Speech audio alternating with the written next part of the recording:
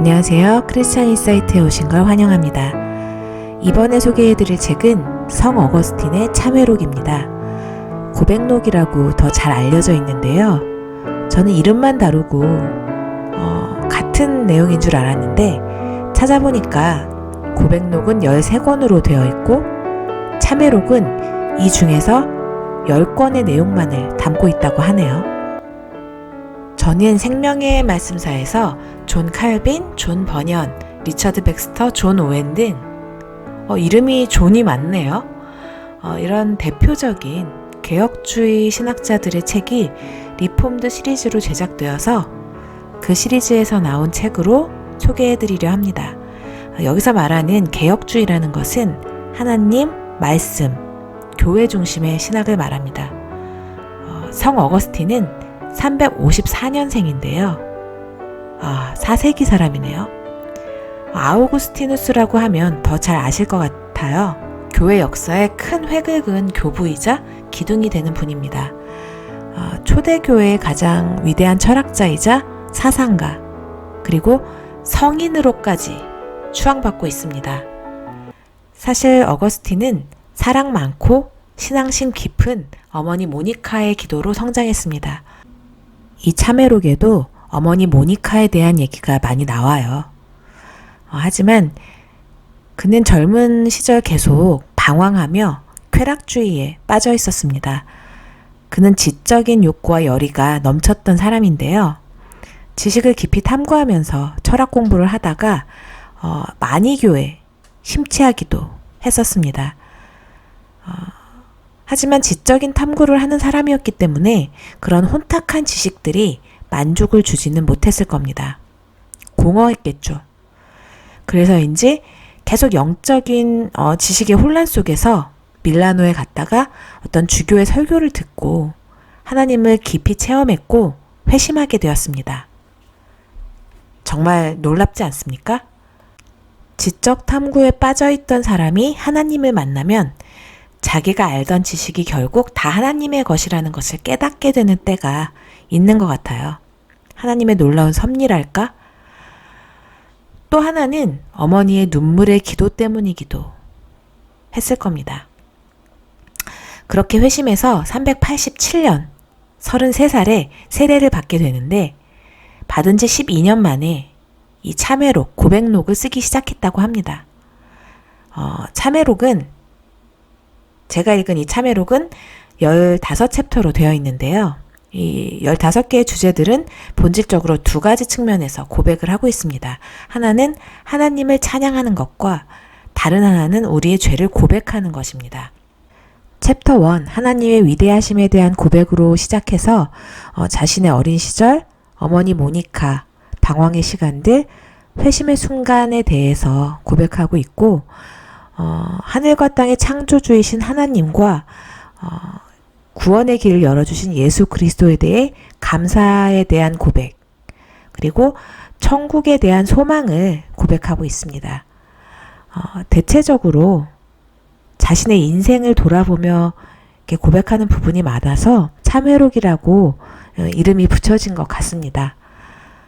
읽으면서 워낙 오래된 책이라서 좀 지루하지 않을까, 진부하지 않을까 생각했었는데 오히려 이 혼탁한 시대를 살아가는 우리들이 하나님과 긴밀하게 소통하고 신앙의 중심이 깊게 뿌리내릴 수 있게 해주는 이 시대에 가장 필요한 책이 아닌가 생각하게 됐습니다.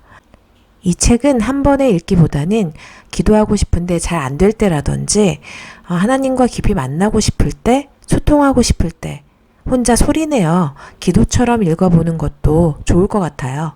시편처럼요.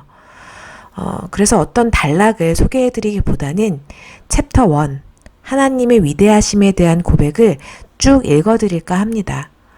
이 책의 시작이기도 하지만 하나님을 찬양하는 것으로 되어 있는 챕터라서 함께 읽고 묵상하면 그 자체가 기도가 될 것 같아요. 이런 고백의 기도를 하나님이 정말 기뻐하시더라고요. 제 경험적으로 볼 때. 또 하나님이 어떤 분이신지 질문하는 내용도 많은데 하나님과 소통하는 것이 이런 것이구나 깨달아지는 부분도 있었습니다. 성 어거스틴의 이 고백을 통해 여러분들도 하나님과 특별히 만나는 시간 되셨으면 합니다. 예, 그럼 시작하겠습니다. 오 주여, 주님의 위대하심이 어찌 그리 큰지요. 주님의 위대하심을 찬양합니다. 주님의 권능은 참으로 크고 높으며 주님의 지혜는 무궁합니다. 이제 주님이 지으신 만물 가운데 한 줌의 흙에 불과하고 죄로 말미암아 죽을 수밖에 없으며 교만으로 가득 찬 인간이 입술을 열어 감히 주님을 찬양하려고 합니다. 당신의 피조물이며 미천한 인간이 당신을 찬양하려 합니다. 주님은 주님을 찬양하는 기쁨을 누리라고 우리를 깨우십니다. 우리는 오로지 주님을 위해 지으심 받았나니 우리 영혼은 주님 안에서 쉼을 얻을 때까지 평안을 모릅니다. 주여, 우리로 깨달아 알게 하소서. 어느 것이 먼저입니까? 주님을 부르는 것과 찬양하는 것 중 어느 것이 먼저입니까? 그리고 주님을 아는 것과 주님을 부르는 것 중에 어느 것이 먼저입니까? 주님을 알지 못하는 자가 어찌 주님을 부를 수 있겠습니까? 당신을 알지 못하는 자는 당신을 전혀 다른 신으로 부를지도 모릅니다. 어쩌면 당신을 알기 위해 먼저 당신을 불러야 하는지도 모르겠습니다. 그러나 당신을 믿지 않는 자가 어찌 당신을 부를 수 있습니까? 혹은 말씀 전하는 자 없이 어찌 믿을 수 있습니까?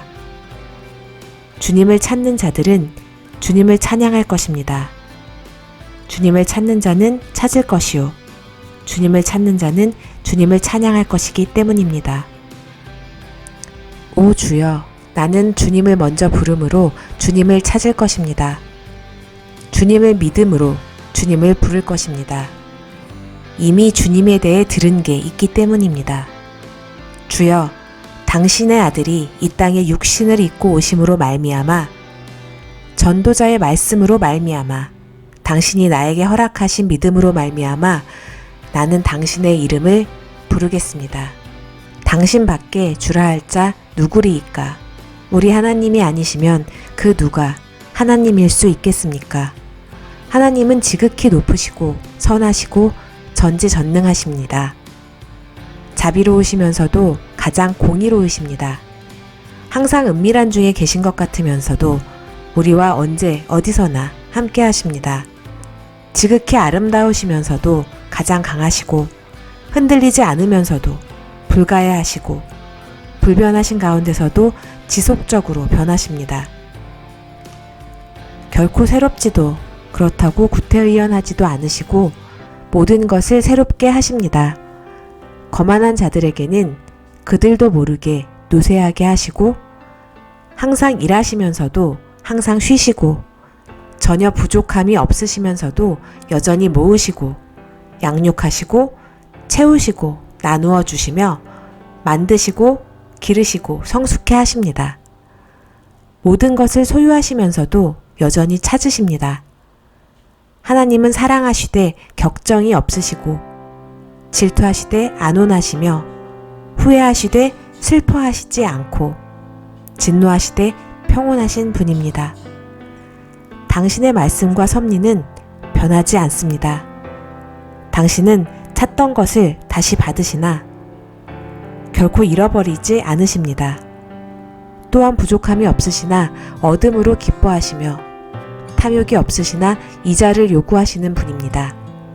당신은 빚을 받고 또 받으시오니 당신께 빚지지 않은 자 누구리이까? 당신은 빚진 것 없이 빚을 갚으시고 하나도 잃은 것 없이 빚을 탕감해 주시기도 합니다. 나의 생명이시며 나의 거룩한 기쁨이 되시는 하나님, 내가 지금 무슨 말씀을 드렸는지요? 인간이 당신께 무슨 말을 아뢰을 수 있는지요? 이는 가장 유창한 달병가조차도 당신 앞에서는 벙어리가 되는 까닭입니다. 그러나 당신 께 아뢰지 않고 잠잠히 있는 자들에게는 화가 있을 것입니다. 오, 당신 안에서 내 영혼이 안식을 얻기를. 당신이 내 마음에 들어오셔서 내가 당신께 흠뻑 취해 죄악을 잊어버리고 나의 유일한 소망이자 기쁨 되신 주님을 내 안에 모시기를 간구합니다. 당신은 나에게 어떤 존재이신지요? 나를 긍휼히 여기사 깨닫게 하소서. 또한 나는 당신께 도대체 어떤 존재입니까? 어찌 당신이 나의 사랑을 간절히 바라시며 드리지 않을 경우 진노하여 비참한 화가 있으리라고 위협까지 하시나이까? 당신을 사랑하지 않는 것이 무슨 저주라도 된다는 말씀이신지요? 오 나에게 자비를 베푸사 가르쳐 주옵소서. 나의 하나님, 오 주여, 당신이 나에게 어떤 분이신지 알게 하옵소서. 나는 너의 구원이니라 하고 내 영혼에게 말씀해 주옵소서. 내가 듣겠습니다. 보소서 나의 주여, 나의 마음이 당신 앞에 있습니다. 주님이시여, 나의 귀를 여시고 나의 영혼에게 나는 너의 구원이니라 하고 말씀하소서. 그리고 내가 이 음성을 듣고 서둘러 당신을 붙들게 하옵소서. 나에게서 당신의 얼굴을 숨기지 마옵소서. 나로 죽게 하소서. 죽지 않기 위하여 오로지 당신의 얼굴을 보게 하소서. 성 어거스틴의 참회록이었습니다. 감사합니다.